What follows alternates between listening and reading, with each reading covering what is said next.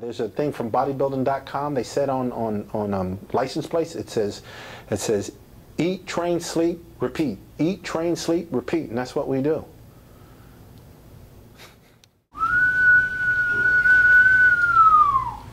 That's the whistle. That means there's a hurting about to happen. All right, leg extension. We did 12 total sets.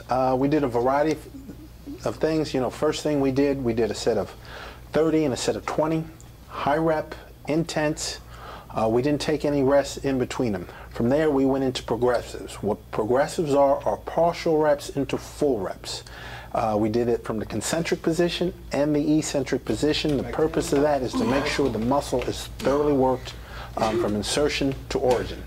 From there, we went to static holds. Static holds are a way of maximizing muscle fiber recruitment, creating tension, you know, time under tension. We did that from the concentric position, and we did it from the eccentric position. Then we went to single legs. Everybody has a dominant side and a non-dominant side. So really what the purpose of that, you start with your weak side first, and then you go to your dominant side. And what you're really working for with doing unilateral movements is over time, you diminish the lack of symmetry between dominant and non-dominant so that visually it looks like your body parts are all the same size. From there, we went to dead stops. What dead stops are, they are more like a maximal lift, nothing more than 10 reps, and we did a 10-8-6 sequence where he does the full range of motion, he lets it down 3 seconds into the negative, and then he lets the weights touch one another so that he's using no momentum whatsoever. All right, and then to keep the level of intensity high, he only gets a 10-second rest. And then from there, we move to leg press. We've thoroughly pre-exhausted the quads on the leg extension. Then we come to the leg press of compound movements where his glutes and his hamstrings can help assist and to create a greater overload. Once again, the sequence, we do a 30 rep maximum to a 20 rep maximum. Now for this, we did all static holds, creating greater tension, where in the peak eccentric part of the movement, he does a hold for 3 seconds, 6 times, and then 10 reps. All right, and then with every set, the goal is to try to add weight if the person can elevate like that. You don't necessarily have to do that. Today we didn't do that for Eddie because by the time he got here, his legs were pretty full and pretty pre-exhausted, so we stayed at a static weight, and we did a static hold of 6 and 10, 5 and 8, 4 and 6, 4 and 4. And then from there, we unload the weight, and then he does, once again, a unilateral movement, single leg presses, set of 20, set of 15, and set of 10, going back and forth. And then what I do is I load the weight back up to the peak amount that he can handle, and then he does 10 reps.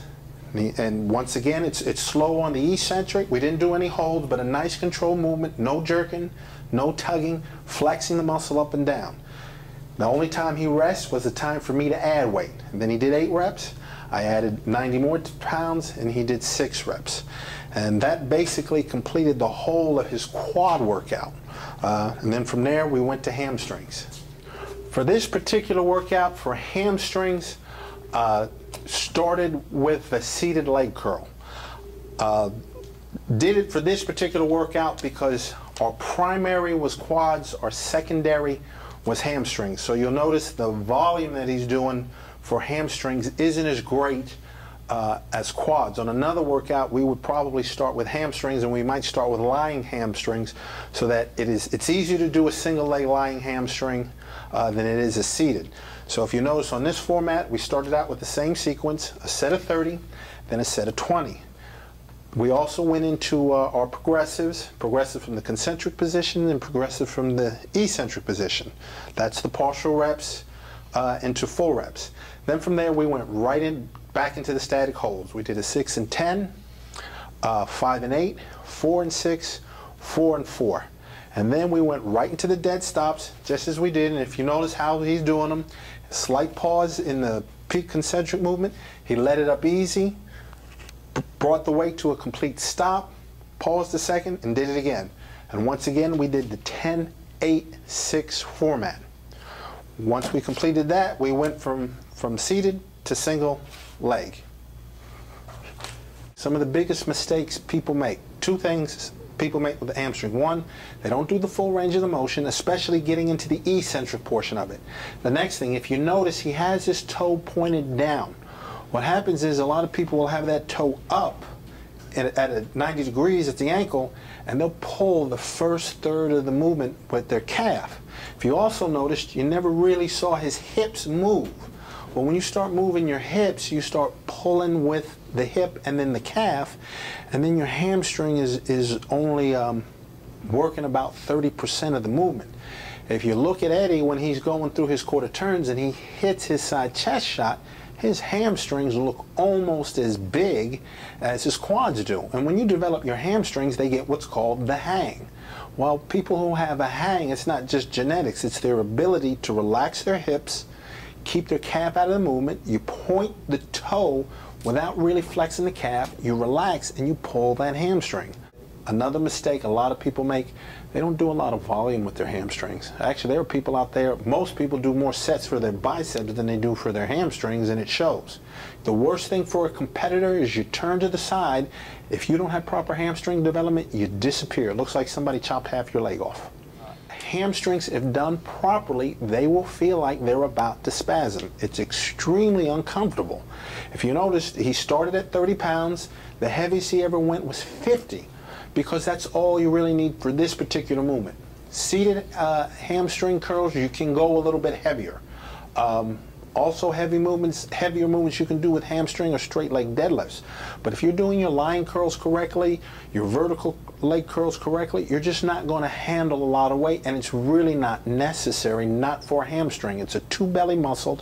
It's very simply constructed, you know, attached into the knee and into the hip, and it can pull very easy. So this isn't an exercise. Hamstrings are a muscle where technique is more important than weight, and then range of motion. So on this one, he did 30, 20, 15, no rest. He went back and forth between them all, and that really completed his hamstring workout for this day.